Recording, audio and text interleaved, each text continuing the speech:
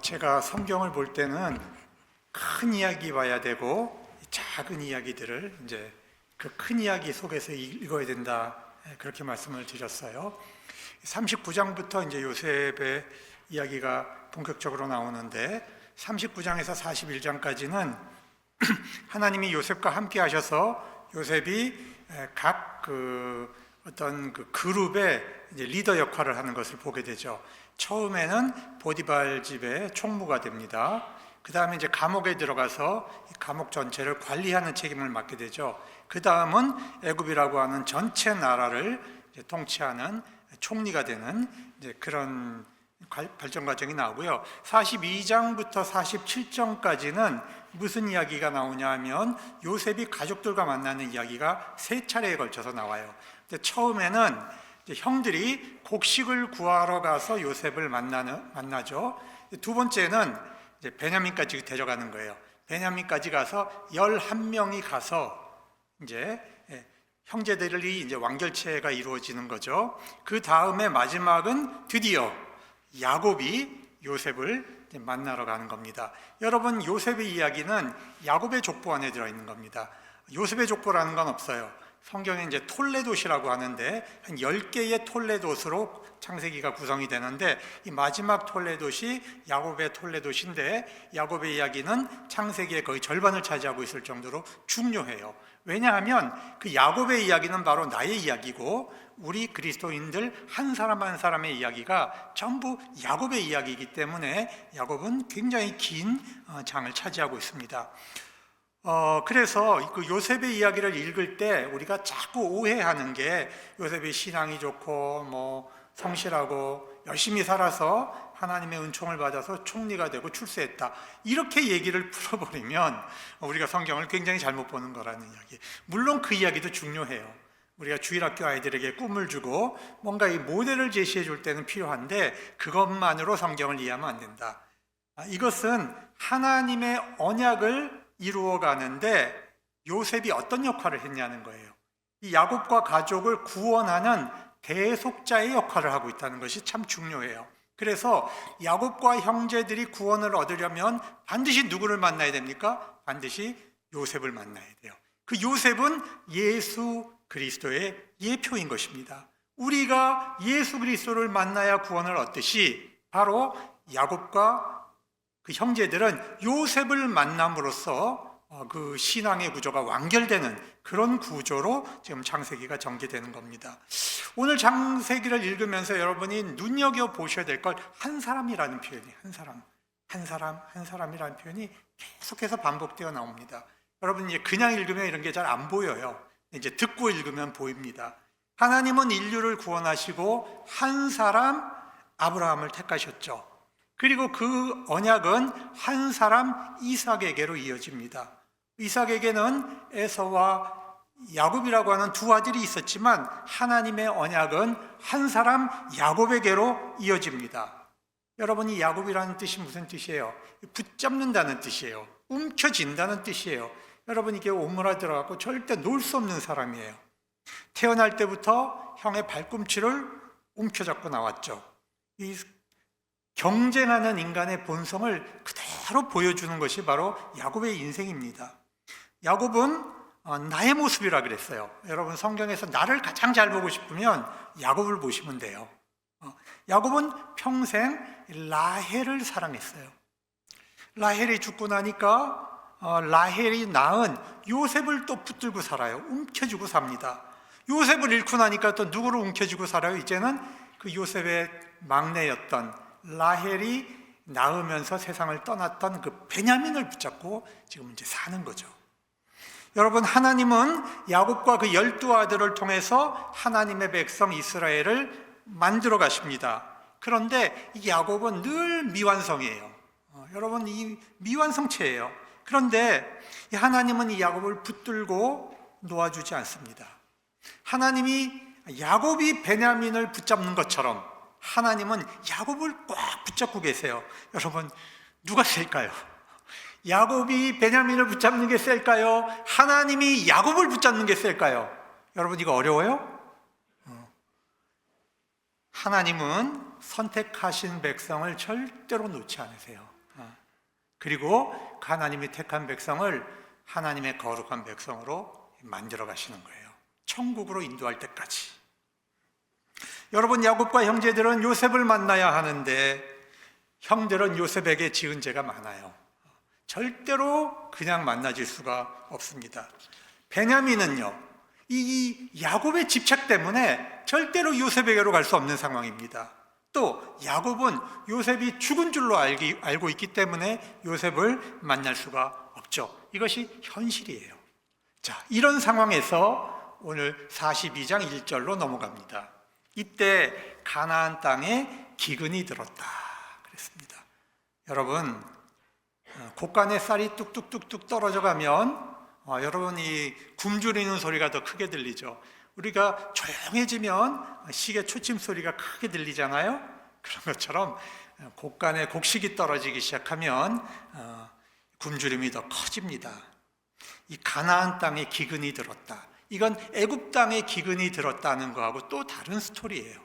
애굽 땅에 든 기근은 바로 요셉이 하나님에게 붙들려서 총리가 되는 배경이 되죠. 그런데 가나안의 기근이 들었다는 것은 바로 야곱과 형제들이 요셉을 만나게 하는 사건이 되는 겁니다.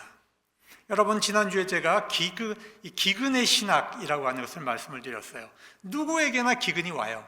믿는 사람이건 믿지 않는 사람이건 아무도 피해가지 못해요. 그런데 믿는 사람에게 이 기근은 여러분, 하나님의 사건이 돼요. 믿지 않는 사람들에게는 그냥 기근이에요. 그냥 고난이에요. 그런데 하나님의 사람들에게 이 기근은 하나님과 우리가 만나게 되는 사건이 돼요. 그리고 내가 아무것도 할 수 없다는 그것을 경험할 때 하나님의 능력을 붙잡는 믿음이 나와요. 그리고 그 고난을 이겨낸 사람들은 그리스도의 향기가 나오죠. 여러분, 고난을 이겨내고 믿음이 단단해진 사람들에게는 이 향기가 나와요. 그래서 옆에 있는 사람들이 저 사람은 뭐가 다르구나. 저 사람은 우리하고 똑같이 고난을 겪는데 뭔가 다르게 사는구나.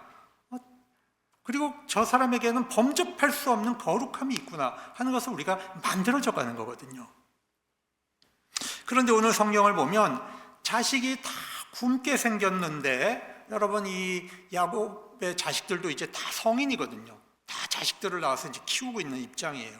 그런데 아무 대책을 안 세워요. 이게 무슨 얘기냐?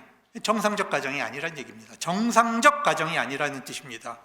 그래서 야곱이 아들들을 불러놓고 애굽에 곡식이 있다는 소식이 들리는데 너희는 어찌하여 서로 바라만 보고 있느냐 하고 야단을 칩니다. 참 재밌는 장면입니다. 여러분, 이제 이 다 큰 아들들이 가정을 끌고 가야 되는데 아무것도 하지 않고 있다는 거예요. 요셉이 없어진 이후 20년 동안 야곱은 한 번도 그 얼굴에 행복한 모습을 비친 적이 없어요. 아침마다 그 푸석푸석한 잠 못 잔 아버지의 얼굴을 보고 있는 이 자식들이 왜 죄책감이 없겠어요? 내가 왜 그랬을까? 우리가 왜 그랬을까? 여러분, 뭔가 죄책감이 일어나지 않겠어요? 부자 간의 대화가 다 끊어졌어요. 이 집은 아무 말도 나누지 않습니다. 형제 간의 의기투합도 일어나지 않습니다. 사건이 생겨도 해결할 능력이 없는 집이에요. 왜 그렇습니까? 여러분, 죄 문제가 해결되지 않고 있으니까. 가족은 회복이 될 수가 없고 여러분, 이 가정에는 구원이 없는 거예요. 그런데 오늘 놀랍게도 이 늙은 아버지가, 요셉이 죽고 나서 모든 실권을 잃어버린 아버지가 오늘 그 주도권을 회복하는 장면이 여기 지금 나와요. 너희는 애굽에 가서 우리를 위하여 곡식을 사와라. 우리가 살고 죽지 아니하리라. 그 늙은 아버지가 자기의 자식들과 손주들을 생각하면서 뭔가 지금 대책을 세우고 있다는 거죠. 여러분, 야곱은 야곱이에요. 이 가족을 책임지는 지금 가장이란 말입니다. 그래서 야곱은 이 10명의 자식을 애굽에 보냅니다. 그런데 여러분, 베냐민은 보내요, 보내지 않아요? 안 보내죠. 죽어도 못 보내. 죽어도 못 보내죠. 여러분, 야곱에게 베냐민이라는 존재는 그 아이가 바로 라헬이고 그 아이가 바로 요셉이에요. 자기 목숨보다 소중한 존재라고 믿고 멀고도 위험한 그 여행에 보낼 수가 없습니다. 나머지 10자식은 죽어도 되나요? 아무튼 보내는데 베냐민은 안 보내. 여러분, 참 이 야곱이라는 인간은 참 묘해요. 이 편애하기 시작하면 다른 존재는 다 희생해도 그건 붙잡고 있는 거예요. 또 배다른 형제들을 믿을 수도 없어요. 여러분, 야곱에게 베냐민은 마치 신앙과 같은 집착이죠. 그런데 과연 이것이 베냐민을 향한 사랑일까요? 여러분, 사랑과 집착은 달라요. 사랑이라고 하는 것은 상대방에게 유익이 있어야 돼요. 상대방이 잘 되기를 바라야 됩니다. 그런데 여러분, 야곱이 요셉을 편애하고 집착했을 때 어떤 결과가 나왔습니까? 형들의 더 큰 미움을 받았잖아요. 형제들끼리 다 윽각이 났잖아요. 여러분, 이 부모들의 편애가 이 자식들을 얼마나 형제들 사이에 망가뜨려 놓습니까? 요셉은 어떤 존재입니까? 야곱을 떠나서 하나님의 구속사의 일꾼이 되어야 하는데 야곱이 붙들고 있고 집착하고 있으니까 아무것도 할 수가 없잖아요. 결국엔 하나님께서 띄어서 여러분, 이 요셉을 애굽 땅의 총리로 만들어 놓으셨잖아요. 이처럼 베냐민도 야곱을 떠나야 하는 겁니다. 사랑이라는 이름으로 집착하는 것, 이것은 야곱의 본성이에요. 본성. 우리 안에도 그런 것이 가득해요. 못 놓고 있는 것이 있어요. 사랑이라는 이름으로. 이 본성은 하나님을 만나고 예수를 믿어도 이 본성은 잘 안 바뀝니다. 우리 안에 있는 것이. 이게 참 딜레마예요. 평생 이것 갖고 우리가 싸우는 겁니다. 그런데 여러분, 5절을 보면 이렇게 돼 있어요. 이스라엘의 아들들이 양식을 사러 간 자 중에 있으니 가나안 땅에 기근이 있음이라. 갑자기 말이죠, 이 야곱을 이스라엘이라고 그래요. 성경이 참 재밌어요. 아니, 가만히 야곱 하다가 갑자기 이스라엘이 툭 튀어나오죠. 여러분, 이때는 여러분이 어떻게 읽어야 하냐 하면 하나님이 개입하시는 사건이다, 이렇게 읽으면 돼요. 야곱이라고 이야기할 때는 그냥 개인, 사적인 한 인간의 스토리를 얘기하는데 그 이름이 이스라엘로 등장을 할 때는 이거는 지금 구원의 사건이 확 바뀌는 겁니다. 자, 이게 무슨 의미가 있느냐? 우리 일상 속에도 하나님의 개입이 시작이 되면 거기에 구원 사건이 일어난다는 뜻이에요. 여러분, 놀랍지 않아요? 우리는 몰라요. 우리는 하나님의 손에 붙잡혀 일하는지 몰라요. 근데 우리의 삶 속에, 우리의 이야기 속에, 우리의 행동 속에 하나님이 개입하시면 거기에 구원 사건이 일어난다는 것이죠. 이게 굉장히 놀라운 일 아닙니까? 우리같이 부족한 사람도 하나님의 은총의 도구로 사용된다고 하는 것이죠. 그래서 형들이 이제 애굽에 곡식을 사러 와서 총리에게 이제 절을 합니다. 20년의 세월이 흘러서 애굽의 그 총리가 요셉일 것이라는 것을 상상이나 할 수 있겠어요? 여러분, 감히 머리를 들어서 저 높은 단위에 앉아있는 총리를 쳐다보지도 못합니다.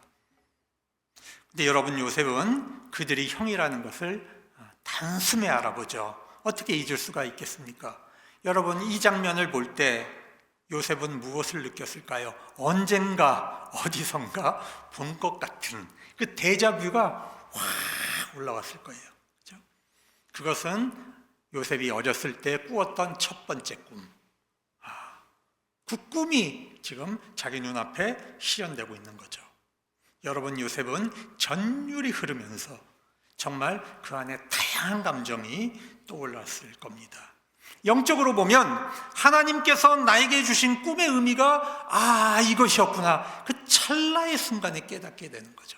여러분, 우리가 하나님께서 우리에게 주시는 지혜와 계시는 많은 공부를 해서 얻어지지 않아요. 정말 0.001초 순간에도 하나님의 계시는 우리 안에 확 파고 들어와요.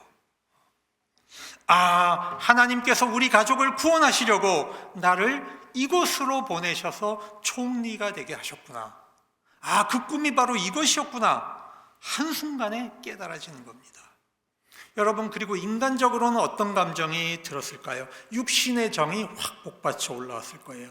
자기가 집을 떠날 때에 갓난아기였던 자기의 친동생 이 베냐민에 대한 그리움, 베냐민을 낳다가 죽은 어머니에 대한 그리움도 솟구쳐 올라왔을 거예요. 그리고 지금은 살았는지 죽었는지 알 수 없는 그 늙은 아버지의 소식, 모든 것이 그리웠을 겁니다.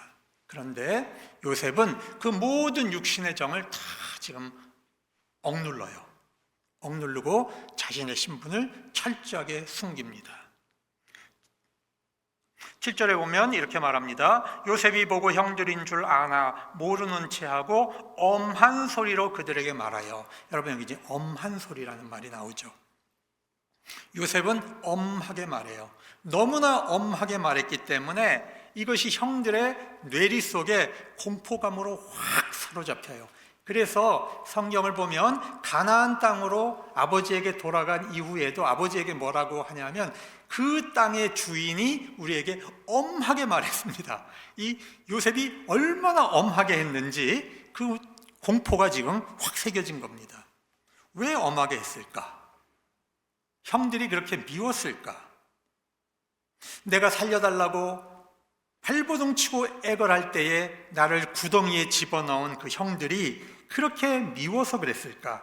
아니면 나를 팔아서 이익을 챙겼던 그 형들이 꼴 좋게 되었다 이렇게 생각했을까? 드디어 형님들에게 복수할 기회가 왔다 이렇게 생각했을까? 여러분, 요셉이 최소한 그 정도의 사람은 아니죠.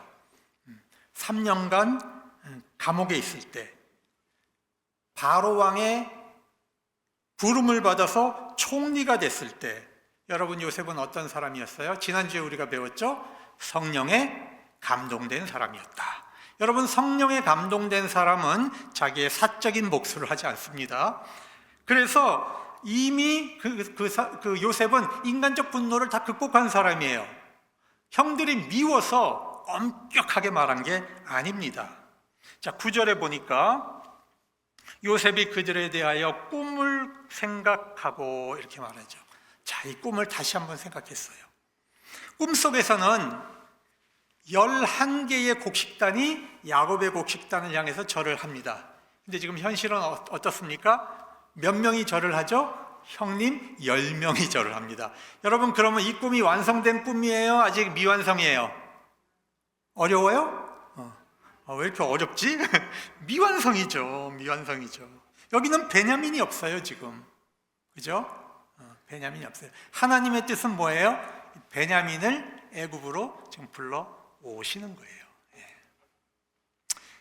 요셉은 형들을 애굽을 정탐한 간첩으로 지금 몰아갑니다. 이게 참 무시무시한 이야기입니다. 예나 지금이나 제일 무서운 죄가 무슨 죄예요? 간첩죄예요. 우리나라에서 제일 무서운 죄가 뭐예요? 이거 간첩죄란 말입니다. 이건 간첩죄는 무죄가 증명되지 않으면 이건 사형이에요. 요셉은 엄한 목소리로 형들을 간첩으로 몰아가요, 지금. 자, 왜 이럴까요? 왜 이랬을까? 미운 것도 아니고, 형들이 얼마나 보고 싶었고, 지금 다 그 혈육의 정도 있는데, 얼른 자기 신분을 밝히고 끌어안고 아버지 소식도 묻고 동생 소식도 지금 묻고 싶은데 왜 요셉은 이렇게 할까요? 그것은 형들이 과연 용서를 받을 만큼 변화된 사람들일까? 요셉은 확인하려고 하는 겁니다. 왜? 여러분, 하나님의 구원은 반드시 마음의 참회와 삶의 변화가 일어나야 되는 거예요.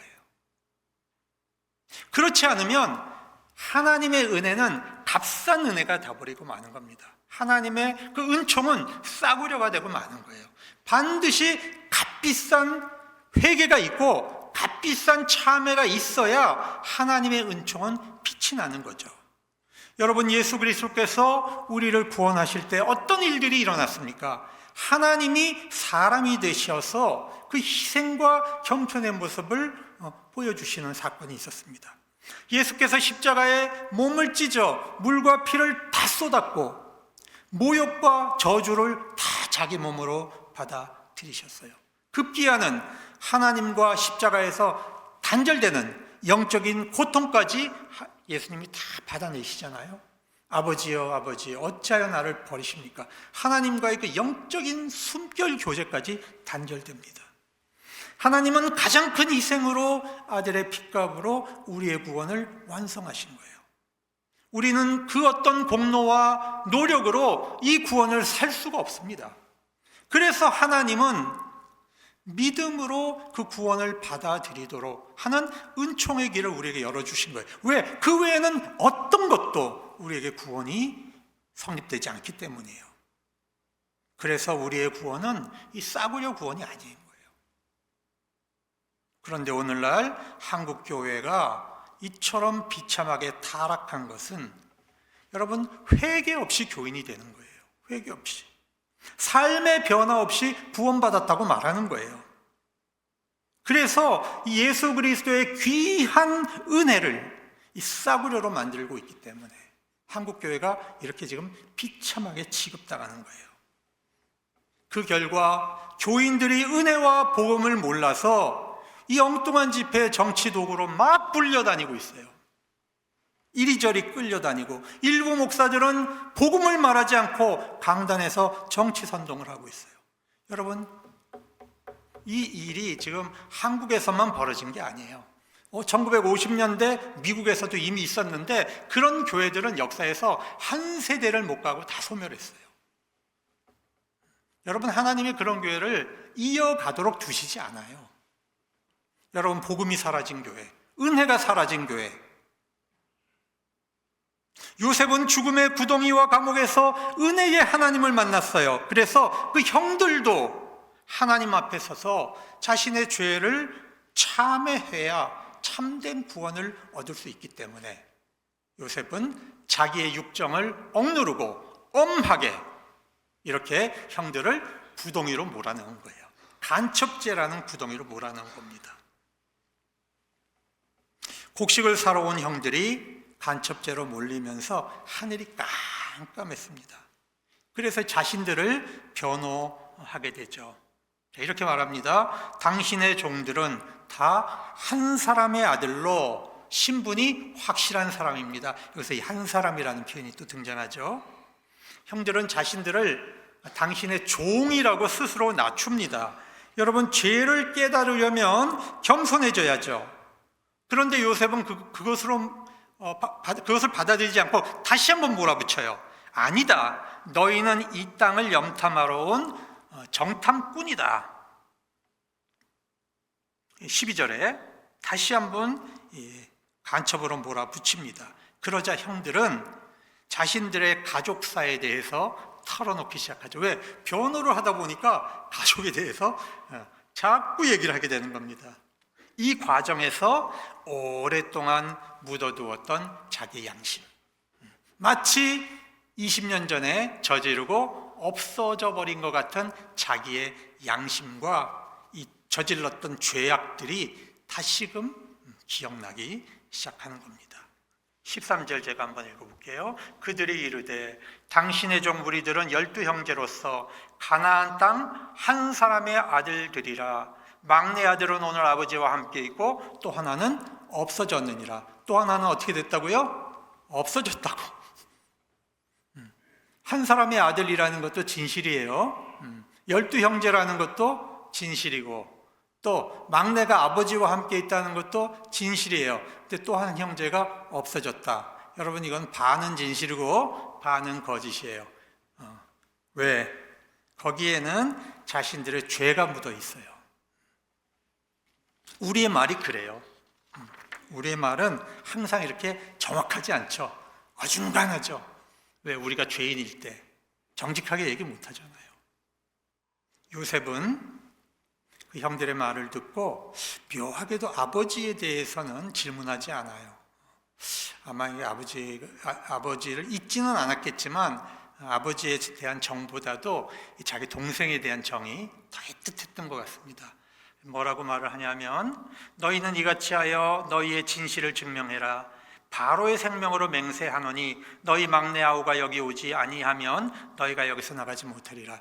너희 막내 아들을 동생을 데려오지 않으면 너희는 정탐꾼이다. 그 얘기죠. 그리고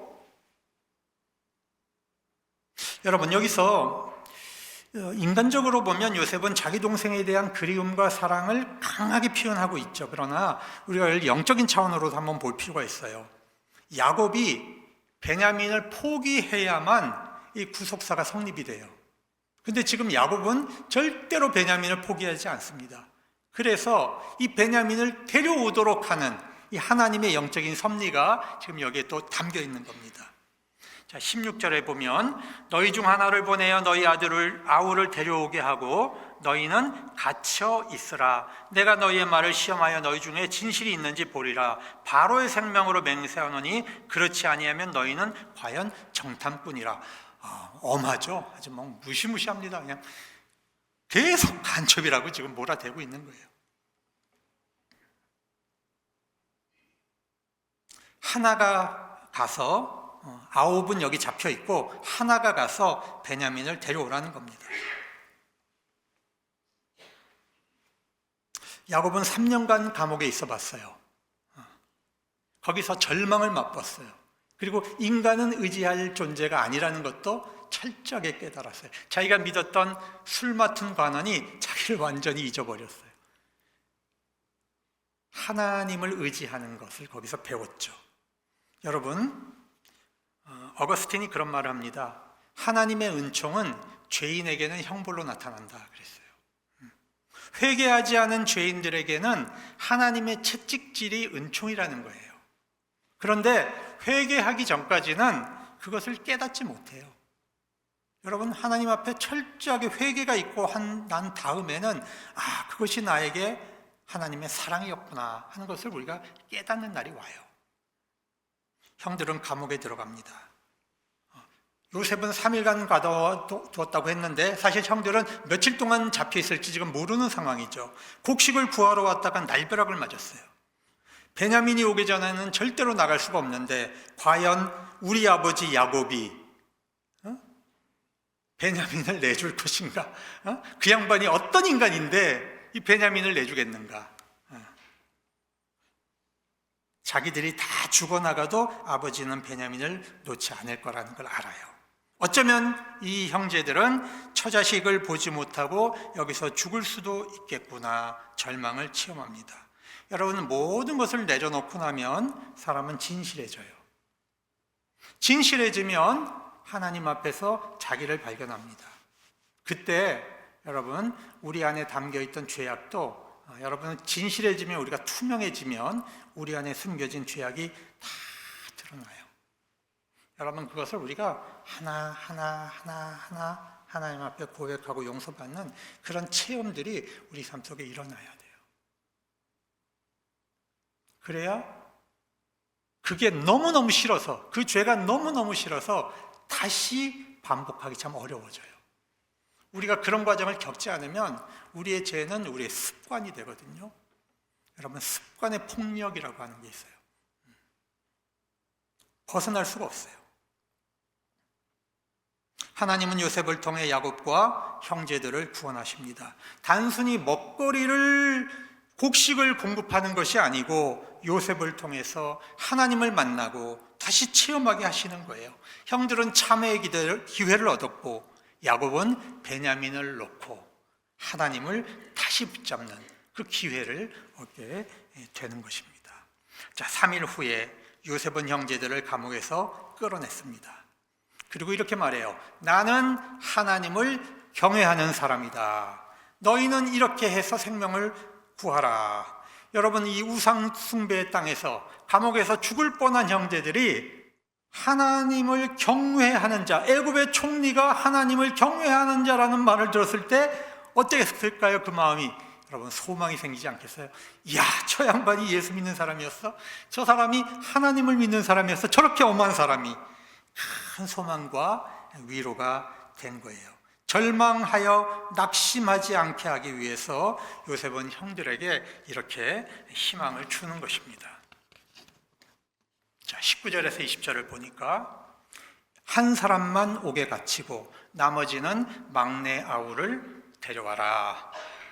그러면 너희 말이 진실이라는 것을 증명하고 너희가 죽지 않을 것이다. 여러분, 요셉이 생각을 바꿨어요. 처음에는 9명이 갇히고 1명이 가는 거였죠.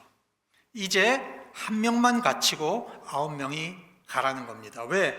야곱이 아들 10명을 보낸 이유가 뭐예요? 관광하고 오라는 거예요? 아니잖아. 곡식을 많이 구해오라는 거거든요. 곡식을 많이 구해와라. 근데 요셉이 1명만 보내면 그거 어떻게 싣고 가겠어요? 요셉이 생각을 바꿨죠. 가나안에 있는 내 식구들을 살리려면 9명을 보내야죠. 9명이 곡식을 가져가도록 이렇게 이제 배려를 한 겁니다. 자, 21절. 자, 함께 읽어보겠습니다. 시작. 그들이 서로 말하되 우리가 아우의 일로 말미암아 범죄하였도다.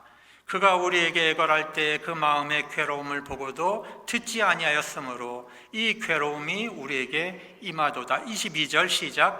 루벤이 그들에게 대답하여 이르되 내가 너희에게 그 아이에 대하여 죄를 짓지 말라고 하지 아니하였느냐. 그래도 너희가 듣지 아니하였느니라. 그러므로 그의 핏값을 치르게 되었도다 하니. 형들의 병든 양심이 깨어나기 시작한 겁니다. 하나님이 우리를 징계하시는 것은 멸망이 목적이 아니고 회개하고 생명을 구하는 겁니다. 징벌이 무서운 것이 아니고 정말 우리 성도들이 두려워해야 할 것은 하나님이 우리를 죄 가운데 그냥 버려두시는 것을 두려워해야 됩니다. 하나님이 포기한 사람은 죄 가운데 그냥 두십니다. 두세요. 뭔 짓을 해도 상관하지 않아요. 왜? 자식이 아닌데. 여러분, 징계가 없으면 자식이 아니라 그랬어요.